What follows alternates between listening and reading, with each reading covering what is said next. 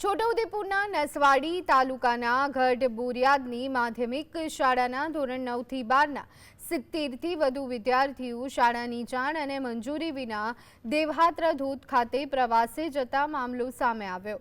ઘટનાની જાણ થતાં શાળાના આચાર્ય અને ટ્રસ્ટીઓને વાલીઓ તથા બસ સંચાલકને બોલાવી પૂછપરછ કરી હતી। તમામ પાસેથી જવાબો લઈ માફીપત્ર લખાવવામાં આવ્યા।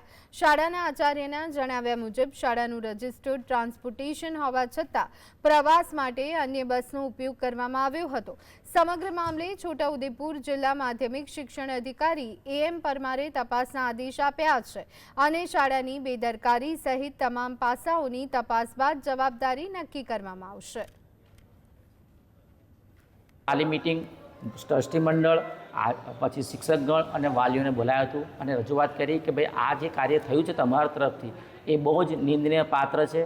તમે તમારા માટે નાનું છે પણ આજે સંસ્થા માટે મંડળ માટે બહુ મોટો પ્રશ્ન હતો એટલે અમે લોકોએ અમારી રીતે જે પણ કહેવું તે કીધું અને વાલીને બાહેધરી આપી કે હવે પછી આ પ્રશ્ન થશે તો વાલીનું છોકરાનું ભવિષ્ય ના બગડે એ રીતે મેનેજમેન્ટ પણ ઈચ્છે છે કે ભાઈ એકવાર ભૂલ થઈ જાય જવા દો, બીજી વાર કાર્ય કરશો તો આપણે એને એલસી આપી દેવાનું છે।